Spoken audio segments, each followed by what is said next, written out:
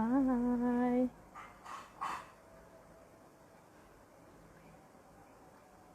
Oke.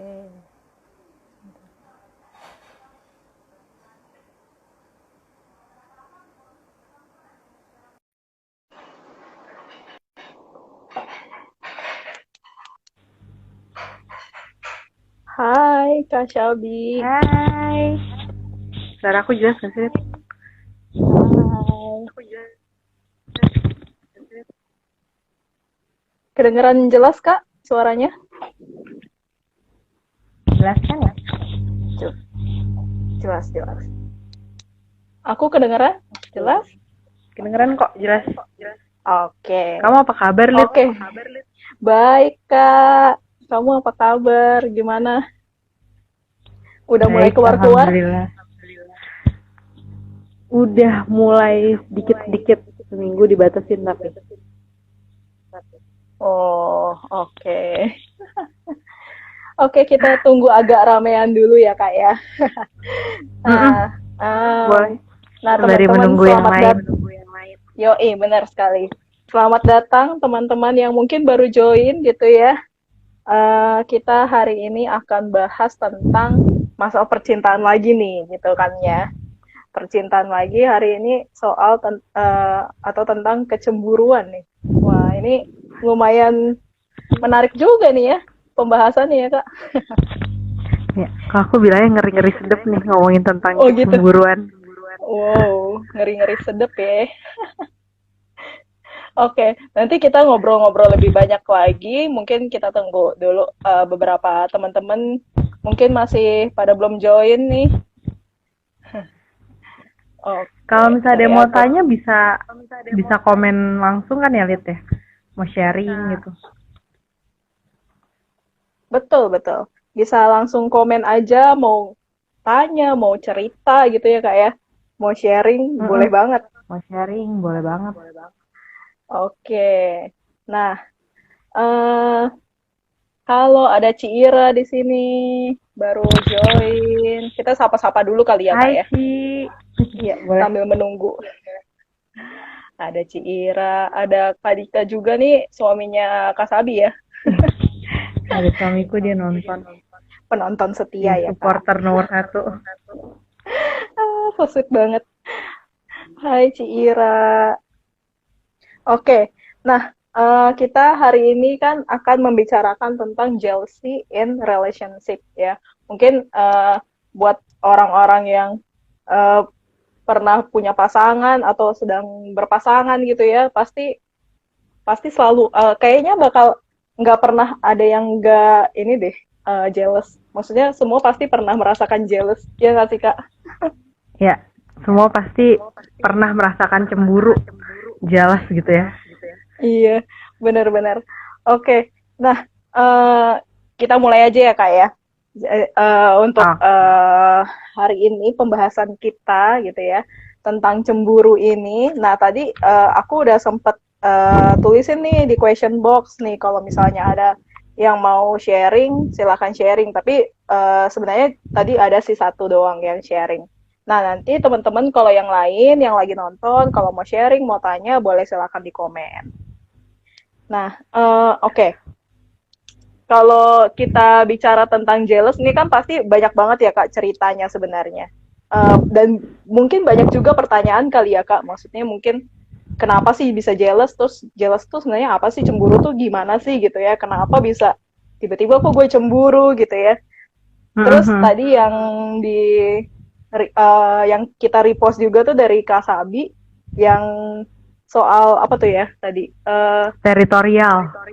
Bener-bener teritorial. Jadi kalau gue jealous, istilahnya itu tuh karena sesuatu yang gue punya gitu ya, teritori gue gitu. Kalau umpamanya bukan teritori gue, mungkin namanya bukan jealous gitu kali ya. Nah itu dia tuh. Katanya kalau misalnya dia jealous untuk sesuatu yang katanya dia nggak punya, tapi kalau teritorial untuk menjaga sesuatu yang dia udah punya. Katanya gitu tuh. Hmm, lama-lama dipikirin ternyata itu agak-agak ngeri juga ya kak ya. Nah, itu dia tuh sampai akhirnya aku tuh kenapa tertarik dengan topik ini. Aku baca-baca, jadi tuh tentang jealousy sendiri dibikin satu handbook, satu buku gitu terkait dengan jealousy. Ini Wow. ngeri-ngeri sedap sih untuk dibahas gitu. Karena gak harus dalam hubungan, kita bahkan bisa cemburu sama pencapaian orang lain, terus kita bisa cemburu dengan kecantikan orang lain, kita bisa cemburu dengan games misalnya, atau sama pekerjaan orang lain gitu. Jadi memang cemburu itu adalah sesuatu hal yang natural dirasakan, apalagi dalam sebuah hubungan. Bahkan mungkin kita sering mendengar motif-motif pelaku melakukan kekerasan, baik verbal, terus fisik, seksual, atau bahkan sampai kekerasan yang menghilangkan nyawa, itu bisa jadi motifnya karena cemburu loh. Iya benar. Banyak banget tuh kasus-kasus kayak gitu. Jadi makanya ini adalah emosi yang netral, cuma cara pandang kita dan penilaian kita terhadap si emosi ini sendiri gitu ya, akhirnya mau menjadi negatif atau mau menjadi positif buat hubungan kita. Oke. Ya, nah teman-teman, kalau suaranya nggak jelas atau mungkin ada feedback itu mungkin boleh ditulis aja di komen gitu ya. Semoga udah lancar ya. Mau sharing-sharing juga boleh langsung ditulis di kolom komen ya, Beth. Betul banget. Halo Ratu, halo Cerin dan Mbak Di, halo Kak Tasya. Oke. Wah iya nih, udah lumayan rame nih. Oke, kita lanjut lagi Kak. Nah, tadi kita sampai mana? Sampai ke cemburu. Cemburu itu mau memotivasi perilaku-perilaku yang sering kita dengar di berita-berita ya. Mulai dari pelaku kekerasan, verbal, fisik, bahkan sampai menghilangkan nyawa orang lain tuh sering didasari oleh rasa cemburu ini, gitu. Nah, sebenarnya kalau kita, ini berdasarkan buku dari yang Handbook of Jealousy itu, jadi kecemburuan itu muncul ketika kita menghadapi sebuah segitiga, Lid. Gitu. Jadi ada segitiga sosial nih. Ada kamu dan sesuatu yang kamu anggap berharga. Bisa itu adalah pacar kamu, bisa itu orang tua kamu, gitu. Jadi ada kamu dan sesuatu yang kamu anggap berharga. Poin satunya lagi adalah sesuatu ancaman. Ancaman yang bisa mengganggu keberlangsungan kamu dengan orang yang atau sesuatu yang kamu anggap penting. Kita atau dalam bentuk orang ataupun enggak gitu. Misalnya pekerjaan, itu kan adalah sebuah situasi yang mengancam. Atau bentuk orang lain gitu. Ada ancaman, ada saingan kita untuk memperebutkan si orang yang kita anggap penting gitu. Jadi ada sebuah segitiga gitu. Nah, itu yang pertama. Yang kedua adalah kecemburuan itu bisa muncul ketika ada perasaan penolakan dan ketakutan. Lydia agak putus-putus ya? Kayak gimana tuh Kak maksud? Iya, kayak dari Kak Sabinya sih aku agak putus-putus ya. Dari aku ke Kak Sabi lancar nggak? Udah, lancar. Sekarang lancar sih. Oke, boleh. Silakan Kak, lanjut Kak.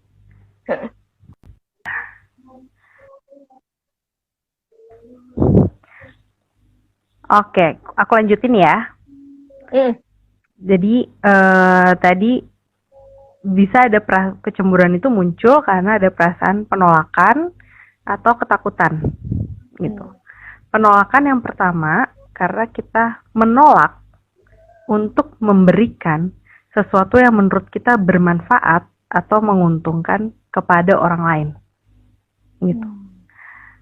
Jadi ketika kita berhubungan sama seseorang, kita kan memiliki keuntungan. Ini menguntungkan nih buat kita. baik menguntungkan secara moral maupun secara material gitu. Material tuh artinya kalau kita sudah menikah, kita punya harta bersama. Bayangkan kalau itu digunakan oleh dia bersenang-senang dengan orang lain. Akhirnya kan kita memberikan manfaat buat orang lain gitu. Atau misalnya waktu dia yang sudah selimit itu harus dia bagi dengan orang lain juga gitu. Akhirnya kita kehilangan sesuatu yang menguntungkan. Atau dukungan emosi yang biasanya dia memberikan kita perhatian, kasih sayang, terus dia harus membagi ini dengan orang lain. Dan akhirnya bisa bermanfaat buat orang lain atau menjadi menguntungkan buat orang lain. Rasa penolakan itu yang akhirnya membuat kita tuh cemburu kalau dia akhirnya mengurangi hal keuntungan itu kepada kita. Tuh. Dan yang kedua adalah perasaan takut. Perasaan takut itu artinya kita takut bahwa kita akan kehilangan sesuatu yang kita anggap penting buat kita atau krusial atau signifikan itu buat kita. Jadi ada perasaan takut untuk kehilangan hubungan, untuk kehilangan pasangan kita. Gitu. Nah, sehingga tadi kita masuk ke territorial mode bahwa kita menjaga apa yang kita punya gitu. Jadi perlu diidentifikasi nih kita cemburunya karena apa? Karena memang apakah ada orang lain atau karena misalnya dia banyak kerja mulu nih. Jadi kita cemburu sama orang-orang di kantornya dia, teman-temannya dia di kantor gitu misalnya. Jadi identifikasi dulu deh cemburunya itu karena apa. Gitu. Oke. Kemudian yang berikutnya ini juga menjadi perdebatan nih Lid gitu. Apakah ini aku juga pengen tahu nih komennya teman-teman. Menurut teman-teman cemburu itu emosi yang spesifik, kita punya emosi cemburu atau itu udah ngeblend? Ada emosi yang macam-macam sehingga munculnya jadi sikap cemburu gitu. Nah, itu gimana tuh teman-teman? Menurut teman-teman, pendapat teman-teman sendiri gimana nih? Karena dari buku yang aku baca, dari Handbook of Jealousy tadi itu, ini masih menjadi perdebatan, gitu. Jadi satu penelitian dengan penelitian lain itu hasilnya kurang konsisten, gitu. Jadi masih punya pandangan-pandangan sendiri-sendiri. Kita akan bahas pandangan-pandangan ini. Ini juga pandangan ini nggak ada salah benar ya. Ini kan hasil penelitian yang ditemukan, gitu. Jadi bisa bervariasi. Jadi ada 3 nih hipotesis yang menyatakan apakah si emosi cemburu ini emosi yang spesifik atau udah ngeblend jadi satu. Gitu. Oke. Yang pertama, si kecemburuan ini katanya itu emosi marah, emosi takut, dan emosi sedih itu bercampur jadi satu. Gitu. Jadi kita merasa marah sama diri kita atau merasa sedih dengan diri kita sehingga kita cemburu akan kebahagiaan orang lain misalnya. Atau takut tadi yang aku jelasin karena kita punya sesuatu yang potensial, yang bermanfaat, yang menguntungkan buat kita dan itu harus kita sharing ke orang lain. Gitu. Jadi katanya cemburu ini tuh sekumpulan emosi takut, sedih atau marah yang berkumpul menjadi satu sehingga membentuk rasa cemburu. Gitu. Ada juga hipotesis lain yang menyatakan bahwa rasa cemburu ini tuh berevolusi. Gitu. Artinya gini, misalnya kita pacaran nih sama orang, gitu. Terus awalnya tuh kita cuma ngerasain satu emosi doang, misal sirik. Kita merasakan perasaan kayak sirik gitu. Kok dia lebih banyak menghabiskan waktu sama teman-teman ya daripada sama kita? Atau kok kayaknya dia lebih banyak kerja, sibuk mulu di kantornya daripada sama kita? Atau kayaknya dia happy banget deh sama temen-temennya gitu. Kalau sama temen-temennya tuh kayak ngobrolnya tuh happy banget, tapi kalau sama kita tuh kayaknya ngerem gitu, ngobrol tuh kayak nggak lepas gitu. Kira kita sirik gitu, timbul perasaan sirik. Nah, itu berlangsung tuh selama misalnya 2 minggu gitu, kita merasakan hal itu. Gak cuma lagi tapi marah kok dia sama temen-temennya, kamu sama teman-teman kamu terus nih, kamu kalau sama teman-teman kamu bisa lepas, sama aku kamu kayaknya nggak bisa lepas gitu, nggak bisa tertawa yang happy gitu. Jadi udah ada emosi lain, udah berevolusi nih. Terus bertambah lagi nih situasinya, karena itu situasinya nggak berubah. Akhirnya jadi penasaran, ngapain aja sih kamu di luar, kok sering menghabiskan waktu di luar, ngapain aja sih kamu dengan handphone kamu, kok banyak banget kamu sering ngechat orang gitu. Terus atau ngapain aja sih kamu sering pulang malam kerja terus, kayaknya dulu nggak kayak gini. Jadi bayangin ya, tadinya mulai kita ngerasain sirik, terus udah gitu meningkat jadi marah, meningkat jadi penasaran. Nah, karena ada evolusi itu sehingga kita sendiri itu bias dalam menilai situasi. Jadi kita tuh nggak jernih lagi untuk menilai situasi itu. Jadi sikap kita itu menjadi mengklaim atau jadi cemburu sama orang lain untuk mempertahankan hubungan ini. Ya udah deh, kalau gitu kamu harus sama aku lebih sering. Atau misalnya kalau emang kamu nggak ada apa-apa, ya tunjukin handphone kamu ke aku. Aku mau lihat password kamu. Atau misalnya kalau kamu di kantor terus, ya kamu foto dong. Mana buktinya kalau kamu lagi di kantor? Nah, kan kita akhirnya nggak jernih lagi menilai si situasi itu. Karena tadi ada emosi yang meningkat dan berevolusi. Gitu. Itu katanya itu di sebuah hipotesis lainnya gitu. Ada lagi yang menemukan bahwa memang ini unik. Perasaan cemburu ini unik, jadi nggak bisa disamakan dengan emosi-emosi lain. Gitu. Jadi beda nih antara takut dan cemburu. Jadi udah ada 3 hipotesis tuh yang menjelaskan terkait dengan cemburu.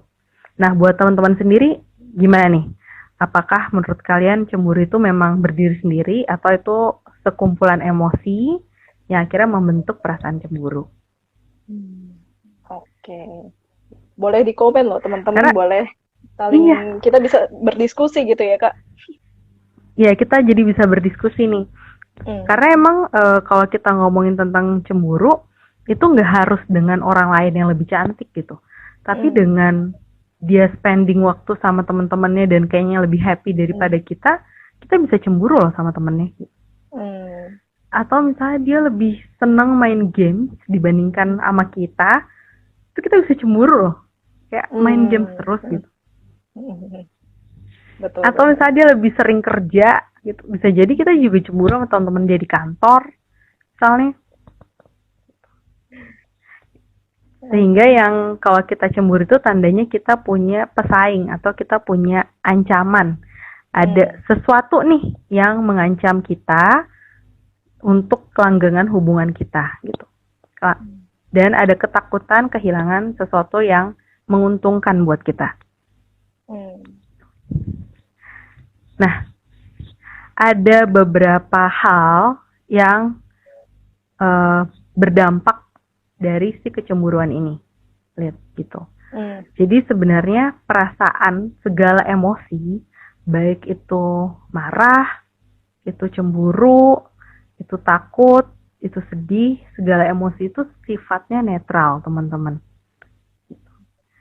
Nah, baik atau buruk emosi tersebut itu adalah penilaian terhadap emosi itu sendiri.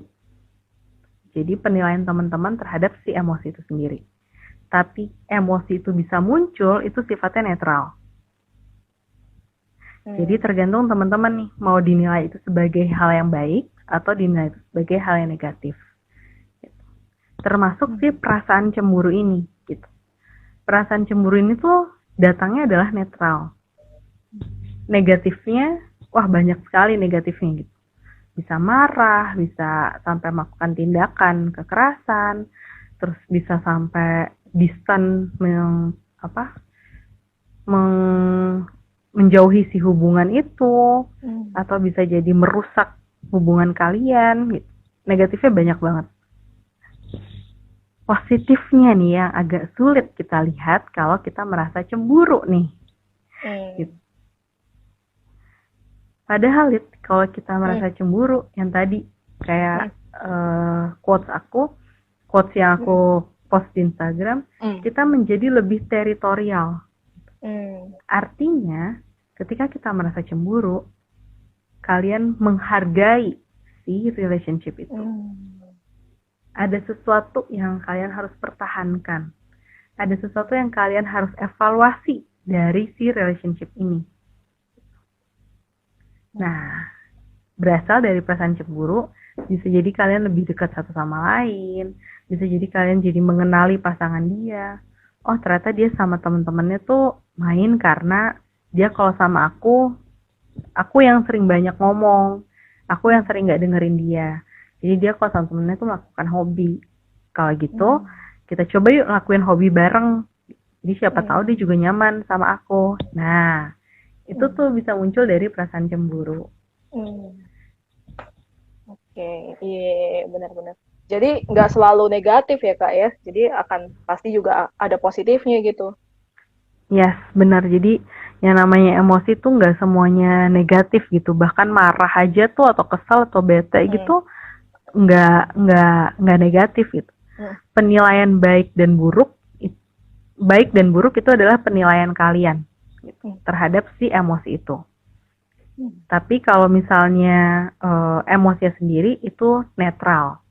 Tinggal kalian bagaimana mau menyikapi hal ini menjadi emosi yang baik atau emosi yang buruk. Gitu. Oke. Wah, ini udah ada yang nanya nih. Ada pertanyaan nih. Kita jawab dulu ya Rit, sebelum kita melanjutkan. Siap, boleh. Dari Mbak Anindita ya. Mbak Sabi, kalau justru hampir nggak pernah jealous ke pasangan gimana nih? Sehat nggak ya? Nah, ini nih,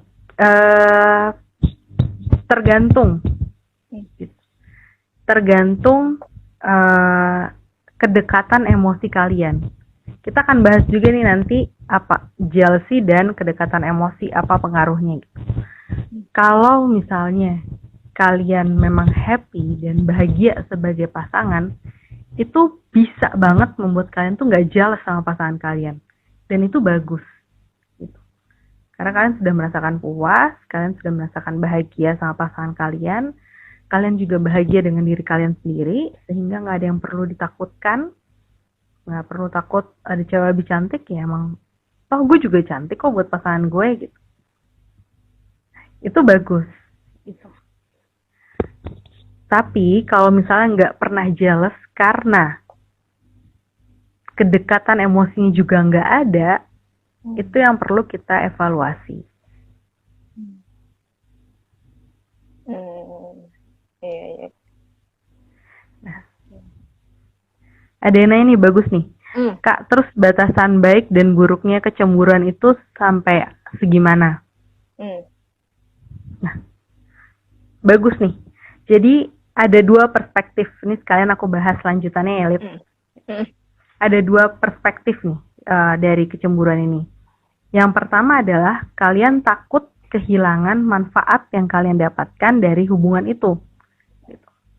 Yang kayak di awal tadi aku udah bahas, ketika kalian memiliki sebuah hubungan ini membawa manfaat nih buat kalian. Gitu.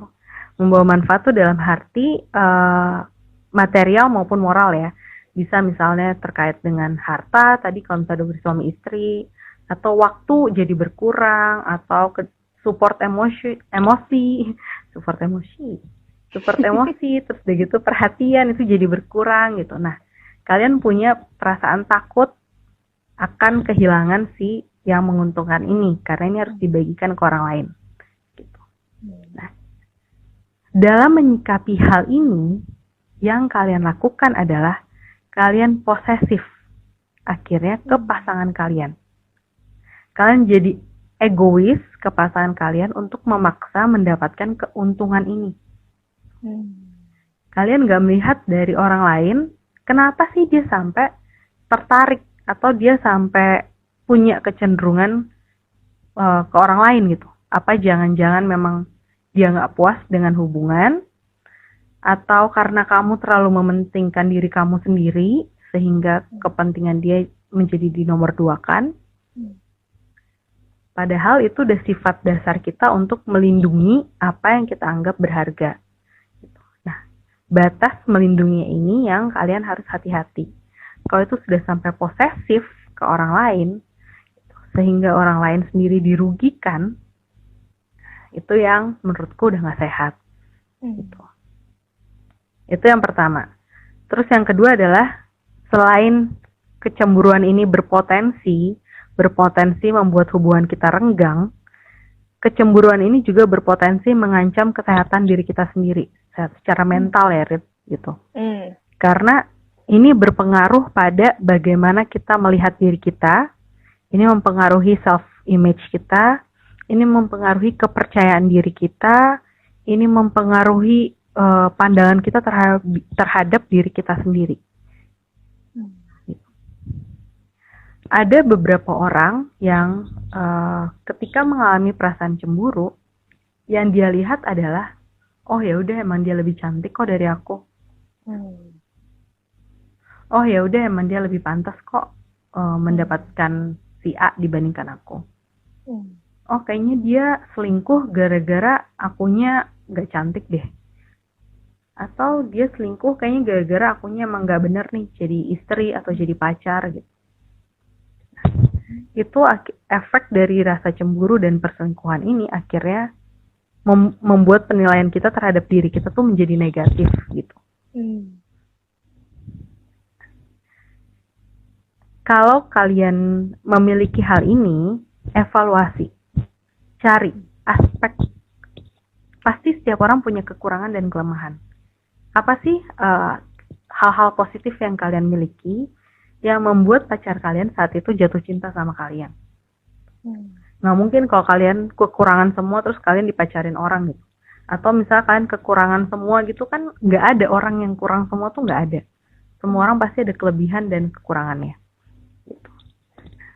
Hal ini menjadi tidak sehat kalau ketika rasa cemburu ini membuat kalian memiliki pandangan yang negatif, membuat kalian menjadi sangat tertekan, sangat frustasi, atau bahkan menyalahkan diri kalian sendiri tanpa ada sesuatu yang kalian lakukan untuk mengevaluasi itu.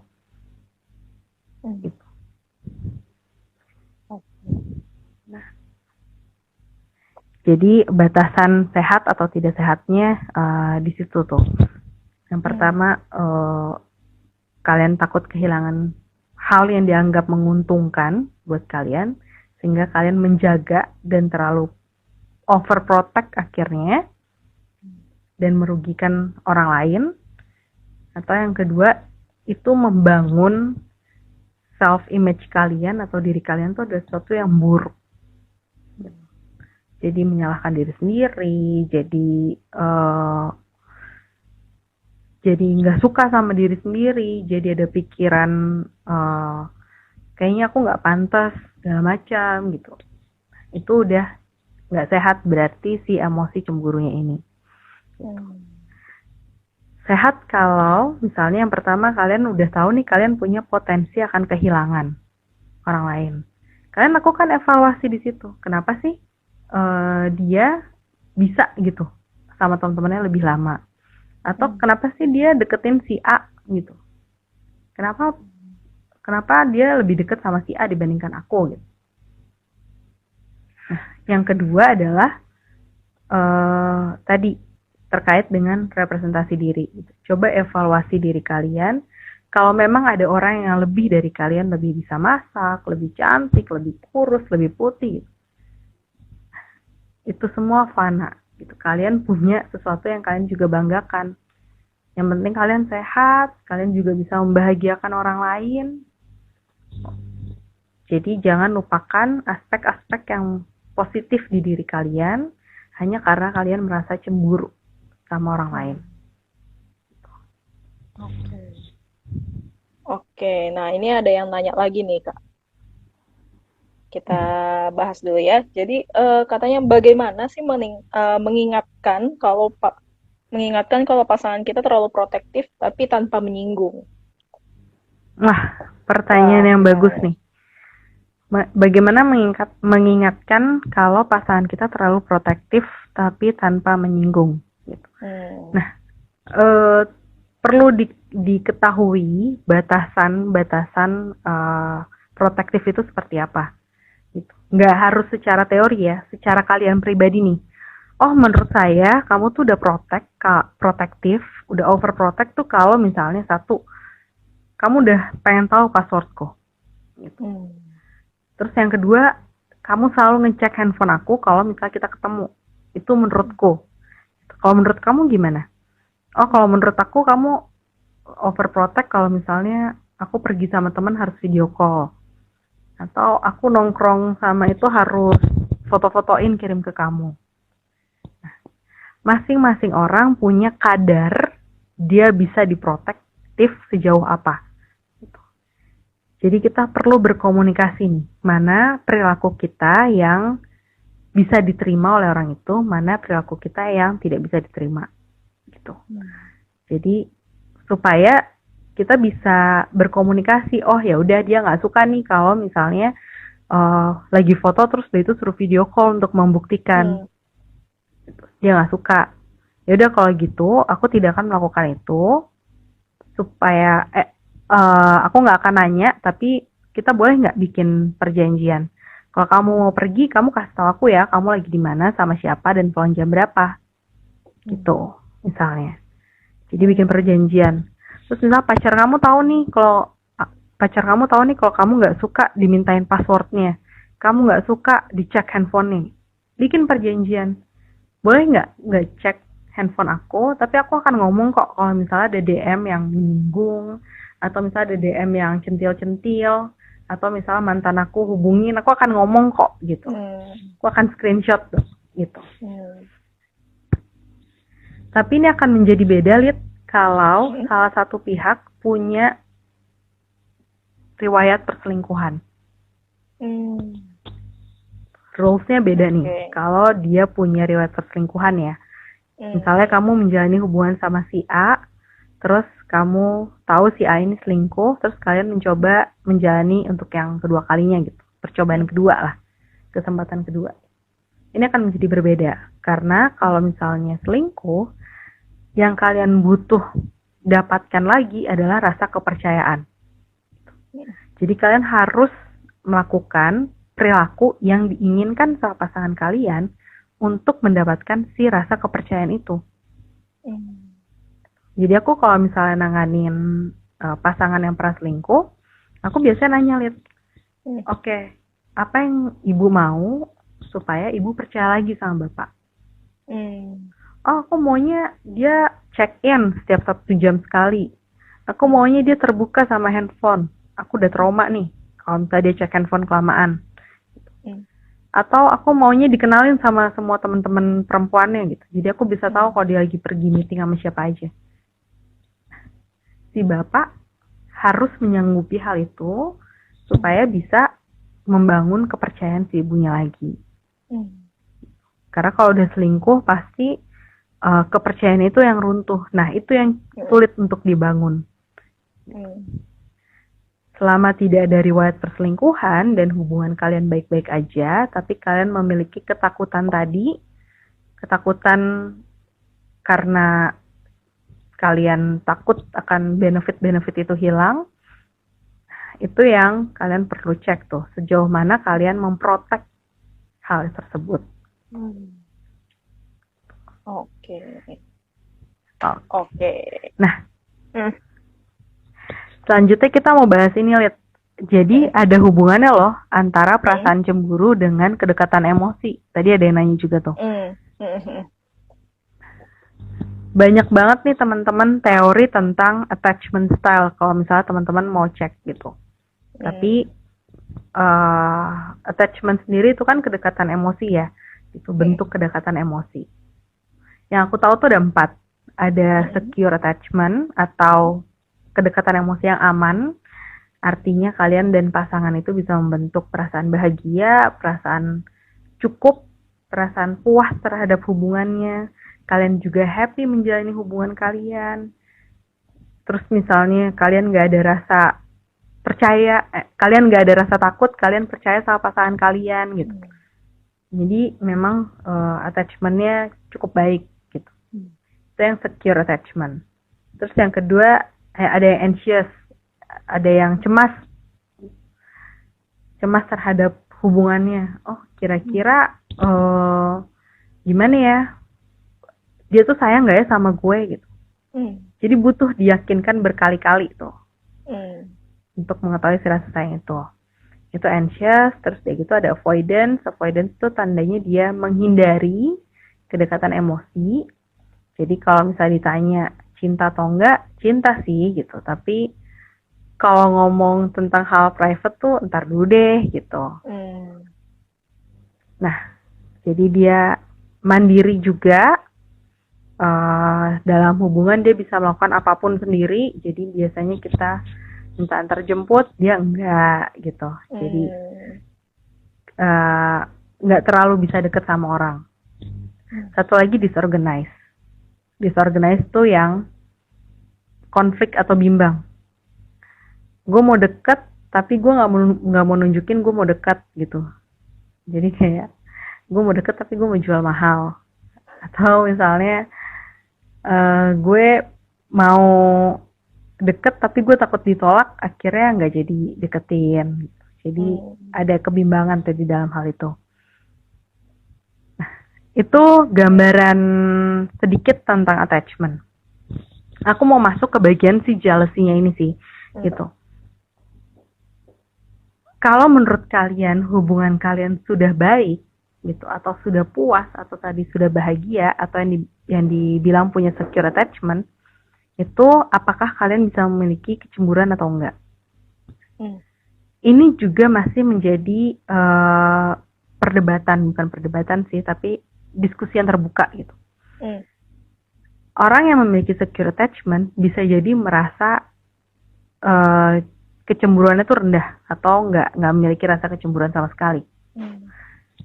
Karena dia percaya sama pasangannya, dia udah puas sama hubungannya, dia nggak takut sama orang lain, semua orang punya masing-masing gitu. Dan kalau dia sudah puas sama hubungannya kan tidak ada ancaman lagi kan. Jadi nggak takut nih dia ngelirik-lirik atau dia cuma bilang-bilang cantik-cantik ke orang gitu, ya nggak apa-apa. Misalnya. Tapi ada juga yang bilang kalau hubungan seperti ini itu bisa merasa cemburu untuk memprotek tadi, gitu. Dia bisa menjadi sangat protektif terhadap apa yang dia punya, sehingga dia bisa cemburu kalau ada sesuatu yang mengancam.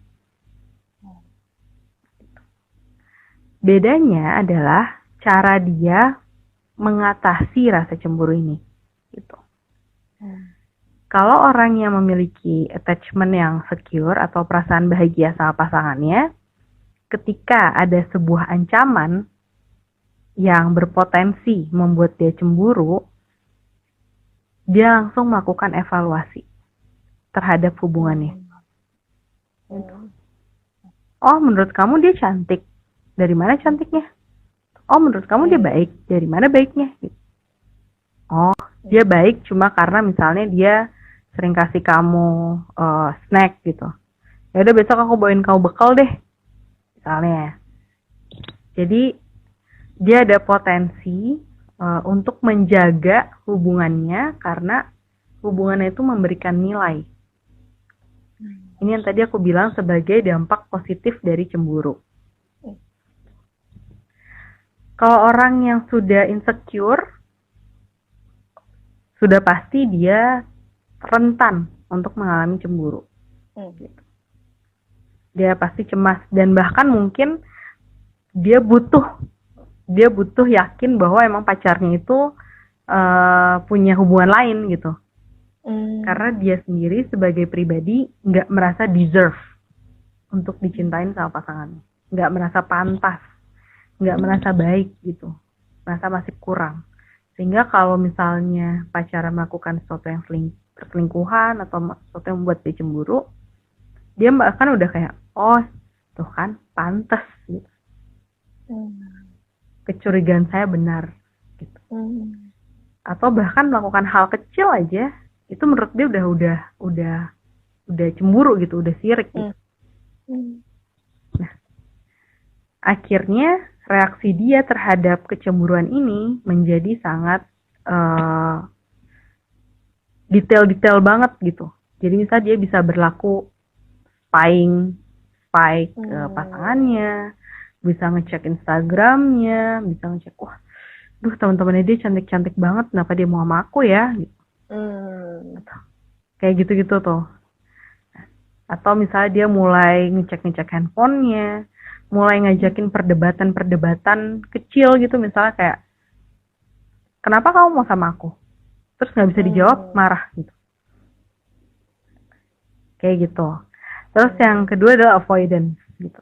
Avoidance tadi memang dia menilai hubungan ini cukup rendah gitu. Artinya dia tidak memberikan effort untuk mempertahankan hubungan ini.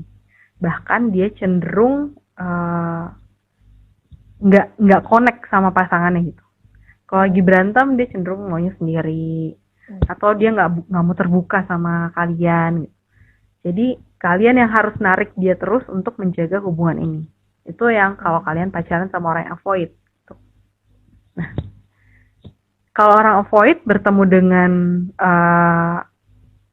kecemburuan, ya dia pasti akan to the point aja gitu. Maksudnya ya udah mau gimana, mau langsung putus atau gimana gitu. Karena ya memang distant banget gitu. Sikapnya dia tuh nggak hangat. Gitu. Jadi bahkan mungkin nyalahinnya bukan nyalahin hubungan atau nyalahin kalian sebagai pasangan. Orang-orang avoid mungkin bisa nyalahin ke saingannya ini atau rivalnya kalian gitu. Jadi ya dia sih udah tahu punya pacar, udah tahu cowok punya cowoknya orang lain, main direbut aja. Padahal dia sendiri tidak melakukan apapun untuk mempertahankan hubungan. Nah, gitu Lid, kalau terkait dengan hubungannya sendiri ya. Jadi semoga menjawab pertanyaan Mbak Dita ya, yang tadi udah nanya. Oke. Jadi tadi ada 3 attachment. Ada 4 ya Kak ya, 4 attachment style ya tadi ya. Secure. Benar, ada 4 terus attachment. juga ada insecure, terus ada avoidance, sama disorganized tadi. Oke. Yes. Nah, terus kalau kita udah tahu kita punya perasaan cemburu, strateginya gimana nih, Lid? Oke, gimana strateginya ya? Kalau udah jealous gitu ya, udah mulai curiga. Kalau udah mulai gitu ya. jealous, curiga gitu, udah punya rasa cemburu, strategi gimana nih? Yang pertama, kalian mesti nilai dulu sih, evaluasi hubungan kalian itu seperti apa. Evaluasi dari sisi attachment-nya tadi. Kalian itu attachment yang secure, kalian itu orang yang insecure, atau kalian itu orang yang avoidant sama hubungan kalian gitu. Evaluasinya kalau aku suka nanya gini, seberapa sehat hubungan kalian? Sehatnya karena apa, nggak sehatnya karena apa? Gitu. Terus apa sih konflik apa yang sering muncul dalam hubungan kalian? Itu lagi ngomongin apa? Gitu. Jadi evaluasi dulu tuh hubungan kalian dan pasangan gimana. Terus yang kedua, evaluasi diri. Artinya gini, kalau kalian sudah mendapatkan pasangan yang membuat kalian happy, kalian puas dalam hubungan, terus kalian juga baik-baik aja hubungannya, nggak ada permasalahan apa-apa, tapi kalian merasa cemburu kepada orang lain, kepada teman-teman, itu kan evaluasi diri tuh. Apakah tadi, ini ada sekaligus jawab pertanyaan, apakah kalian memang punya trauma dari perselingkuhan sehingga kalian di hubungan berikutnya sering mengalami cemburu kalau ada hal-hal saingan gitu, atau apakah kalian merasa tadi nggak pantas dicintain, sehingga walaupun pacar kalian sudah menunjukkan sikap-sikapnya atau menunjukkan kasih sayangnya dia, itu masih belum cukup buat kalian. Jadi kalau gitu cara mengevaluasinya adalah tanya ke diri kalian sendiri, perilaku apa yang cukup buat menunjukkan kalau kalian dicintai. Nah, supaya sembuh dari trauma karena perselingkuhan gimana? Ini berarti situasinya dia menjadi korban perselingkuhan ya. Betul. Kalau misalnya udah berselingkuh, sudah pasti yang harus kita pertama-tama kita sembuhin adalah kepercayaan nih. Gitu. Jadi gak mudah untuk mendapatkan kepercayaan lagi dari sebuah perselingkuhan. Tapi yang namanya perselingkuhan itu bukan itu ya sampai tahap level pernikahan. Nah benar nih, berarti yang namanya perselingkuhan itu bukan hanya satu orang yang harus evaluasi, tapi dalam hubungan, karena dua orang nih, ada satu pelaku perselingkuhan, ada satu yang mungkin menjadi faktor kenapa dia melakukan perselingkuhan. Yang namanya udah berselingkuh, tandanya dia memiliki ketidakpuasan dalam pernikahan ataupun dalam hubungan. Ada sesuatu hal yang gak puas nih dalam hubungannya, sehingga dia mencari kebutuhan itu di tempat lain. Misalnya, selingkuh itu nggak cuma sebatas seksual atau fisik atau ketemu terus gitu, tapi mungkin bisa jadi kedekatan emosi. Itu juga udah termasuk selingkuh tuh. Misalnya cuma nanya apa kabar tapi ke mantan pacar misalnya, itu kan juga bisa, buat aku itu udah, kalau dia nggak ngasih tahu ke aku sih, buat aku udah selingkuh gitu. Terkait dengan perselingkuhan ini juga harus didefinisikan tuh, apa yang menurut kamu itu berselingkuh, apa yang enggak. Kalau menurut aku ngechat ke orang lain, ke mantan kamu tanpa aku ketahuin, buat aku udah selingkuh. Buat kamu mungkin enggak. Buat kamu mungkin selingkuh itu kalau udah ketemu dan ada kedekatan fisik gitu. Udah ngerangkul, udah pegang tangan, terus selingkuh buat kamu. Jadi didefinisikan dulu nih selingkuhnya seperti apa. Tapi kalau udah level ke pernikahan, coba evaluasi dari pernikahan sendiri gitu. Apa yang seringkali membuat tidak puas? Apakah memang hambar pernikahannya? Itu sehingga nggak ada kedekatan emosi lagi. Nah, bagaimana sih kedua belah pihak ini mau komit untuk meningkatkan gairahnya kembali? Apa yang Mbak Aprilia mau lakukan? Apa yang suami mau lakukan? Jadi kita harus ketemu di tengah tuh. Itu yang pertama. Kalau misalnya meningkatkan kepercayaan, perilaku apa yang bisa diterima Mbak Aprilia dari suami sehingga itu dibilang oke, kalau dia melakukan itu aku bisa percaya. Identifikasi dulu tuh. Ada biasanya sih kalau menangani perselingkuhan, aku paling utama adalah transparansi. Mau nggak mau harus transparan. Ngapain aja, sama siapa, ada bukti chatnya atau enggak, terus udah gitu sama hubungan yang kemarin seperti apa, udah berhenti atau belum. Nah, transparansi itu untuk meyakinkan si pasangan kita bahwa kita udah benar-benar stop. Nah, itu kalau sudah sampai level pernikahan. Jadi stepnya dan prosesnya memang cukup membutuhkan waktu yang lama, apalagi kalau udah ada perselingkuhan. Semoga membantu Mbak April. Oke. Nah, kita kembali ke strategi yang cemburu itu. Yang kalau misalnya ada perasaan cemburu tadi sudah aku jabarkan juga kalau itu adalah perasaan yang netral. kalian memandangnya mau sebagai hal yang positif atau sebagai hal yang negatif gitu. Kalau itu menjadi hal yang positif, tandanya belajarlah, evaluasilah dari hal tersebut.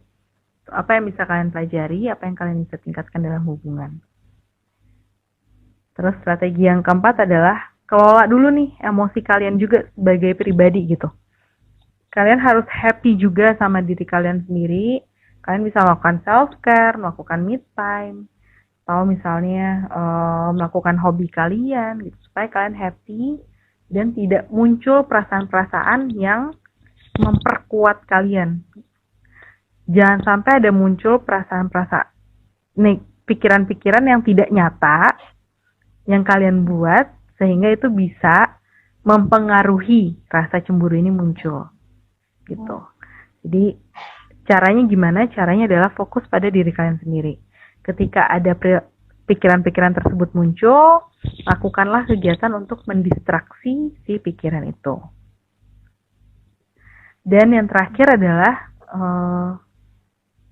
ingat kelebihan-kelebihan kalian.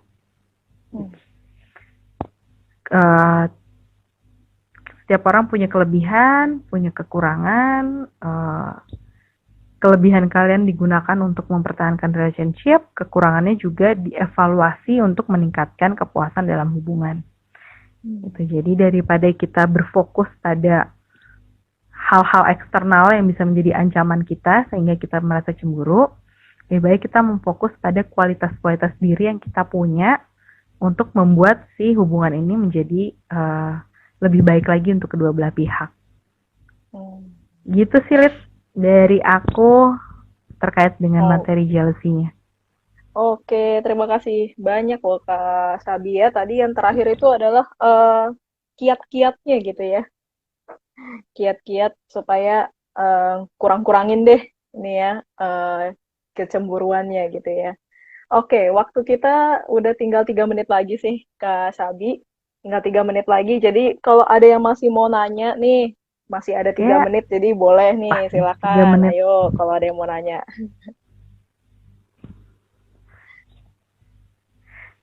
Jadi buat teman-teman yang sedang dalam hubungan berpacaran atau dalam hubungan pernikahan gitu, coba cek si kecemburuan ini ya gitu. Maksudnya ini munculnya tuh karena apa? Dan kalau kalian punya rasa kecemburuan, itu tandanya kalian menghargai hubungan ini gitu. Tandanya kalian menghargai hubungan ini, tandanya kalian menghargai pasangan kalian, dan kalian merasa bahwa hubungan ini tuh memiliki nilai gitu. Sehingga kalian harus memprotek si hubungan ini. Oke. Jadi ada benarnya ya kalau dibilang ya cemburu itu sebenarnya sehat gitu ya. Katanya kalau nggak cemburu tuh tandanya kamu nggak sayang, katanya gitu tuh. Bener. Banyak yang bilang kayak gitu. Oke. Iya. Nah, kalau masih belum ada yang nanya, kita mau juga ingetin ya Kak Sabi, di Sabtu besok kita akan ada webinar ya Kak Sabi ya. Kak Sabi dengan Grom akan ada webinar nih. Sesi webinarnya adalah judulnya Are you ready to get married gitu ya Kak Sabi? Oh iya, benar. Nah, itu buat teman-teman nih mungkin yang udah mau ke tahap selanjutnya gitu ya, udah mau married tapi kayak masih ada pertanyaan nih, siap nggak ya saya untuk menikah gitu ya, atau pengen yang kayak tadi ya, evaluasi secara hubungan atau mungkin evaluasi diri sendiri gitu-gitu. Nah, ini bisa lebih dalam lagi nih ya Kak ya webinar ini. Iya, benar. Jadi kalau misalnya memang tadi kalian sendiri udah dievaluasi dirinya, oh kayaknya aku punya trauma perselingkuhan, atau kayaknya emang pasanganku tuh nggak mau terbuka sama aku, jadinya tuh aku jadi selalu pengen tahu siap nggak untuk melanjutkan keadaan hubungan seperti ini ke dalam situasi pernikahan gitu. Jadi konflik-konflik yang ada di dalam pacaran ini silahkan di-assess, apakah masih ada kecemburuan, atau misalnya ada ketakutan untuk menghadapi komitmen pernikahan, coba kita evaluasi di webinar itu karena akan ada banyak tips untuk kalian mengecek kesiapan pernikahan kalian. Kesiapan mental ya, terutama kesiapan mental Mm. pernikahan kalian. Oke. Nah, ini kita bentar lagi kayaknya udah mau habis. Ini mau dijawab dulu, Kak, atau gimana? Kalau Atau yang mau sudah dilanjut? bercerai tapi masih Mm. kalau sudah bercerai tapi masih trauma nikah, solusinya gimana ya, Kak? Nah, memang ini sesuatu yang menjadi kita harus berhati-hati sih gitu ketika kita mau menikah kembali setelah kita ada punya trauma bercerai gitu. Nah, si trauma akan bercerainya ini harus kita selesaikan terlebih dahulu untuk kita siap melanjutkan ke pernikahan. Halo teman-teman, terima kasih tadi yang sudah join IG live aku dengan Fame. Semoga bermanfaat topiknya buat teman-teman. Jangan lupa evaluasi hubungan kamu, evaluasi bagaimana kedekatan kamu dengan pasangan, evaluasi diri kamu juga, dan kalau sampai muncul perasaan cemburu, apa yang bisa kita pelajari untuk itu? Kita untuk mempertahankan hubungan kita dengan pasangan kita. Ya, dadah.